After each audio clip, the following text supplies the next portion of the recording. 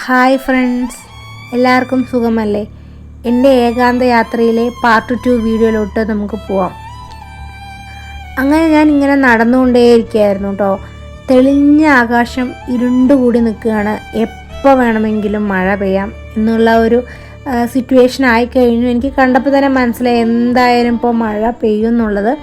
പക്ഷേ എൻ്റെ ഭാഗ്യം എന്ന് തന്നെ പറയണം. അമ്പലത്തിൻ്റെ അവിടെ എത്താറാകുമ്പോഴാണ് നല്ല ഒരു മഴ തുടങ്ങിയത്. ഞാൻ അങ്ങനെ ഭഗവാന്റെ അവിടെ എത്തിയതും അസലായിട്ട് നന്നായി മഴ പെയ്തു. അപ്പോൾ എനിക്ക് തോന്നി ഭഗവാൻ എനിക്ക് വേണ്ടി ആ മഴയിനെ കുറച്ച് നേരം വൈകിപ്പിച്ചതായിരുന്നു എന്ന്. അങ്ങനെ ഞാൻ അമ്പലത്തിൻ്റെ ഉള്ളിൽ പ്രവേശിക്കുകയാണ് കേട്ടോ. അങ്ങനെ ഭഗവാനെ നന്നായി തൊഴുതിട്ട് പിന്നെ നമുക്ക് വിശക്കാൻ തുടങ്ങി. കഞ്ഞി കുടിക്കാൻ വേണ്ടി സെറ്റായി. നല്ല ചൂടുള്ള കഞ്ഞിയും വെള്ളപ്പയർ പുഴുങ്ങിയതും അച്ചാറൊക്കെ ആയിരുന്നു കേട്ടോ ഇന്നത്തെ അന്നദാനം. പിന്നെ അവർ ഇങ്ങനെ ഓരോ ദിവസത്തെ കഞ്ഞിക്കുള്ള കൂട്ടുകളൊക്കെ ഇങ്ങനെ അടുക്കി വെച്ചിട്ടുണ്ടായിരുന്നു കേട്ടോ. അതൊക്കെ കാണാൻ നല്ല രസമുണ്ടായിരുന്നു. അങ്ങനെ കഞ്ഞിയൊക്കെ കുടിച്ചിട്ട് ഒരു അഭിമുഖം നടത്താം എന്ന് പറഞ്ഞിട്ട് നമ്മുടെ കഞ്ഞി ഉണ്ടാക്കുന്ന ചേച്ചിയെയും അവിടെ നിൽക്കുന്ന ഏട്ടന്മാരെയൊക്കെ പിടിച്ച് ഞാൻ ഇങ്ങനെ എൻക്വയറി ചെയ്യുമായിരുന്നു കേട്ടോ. അങ്ങനെ അവർ അതിനുള്ള ഉത്തരങ്ങൾ വളരെയധികം തമാശയോടെ കാര്യം അവതരിപ്പിച്ചു.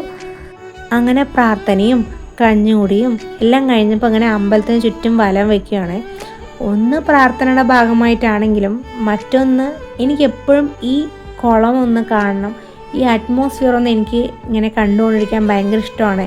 അതുപോലെ ഭൈരവൻ്റെ വായിൽ കൂടി വരുന്ന വെള്ളവും ഇതൊക്കെ കാണുമ്പോൾ മനസ്സിനൊരു വല്ലാത്ത സന്തോഷം തോന്നും. കൂടാതെ ഇന്നൊരു പ്രത്യേകത കൂടിയുണ്ട്. ശ്രീരാമൻ്റെ ജനിച്ച മണ്ണായ ജന്മഭൂമിയായ അയോധ്യയിൽ നിന്നും ദീപം കൊളുത്തി കൊണ്ടുവന്നിട്ടുണ്ടായിരുന്നു കേട്ടോ.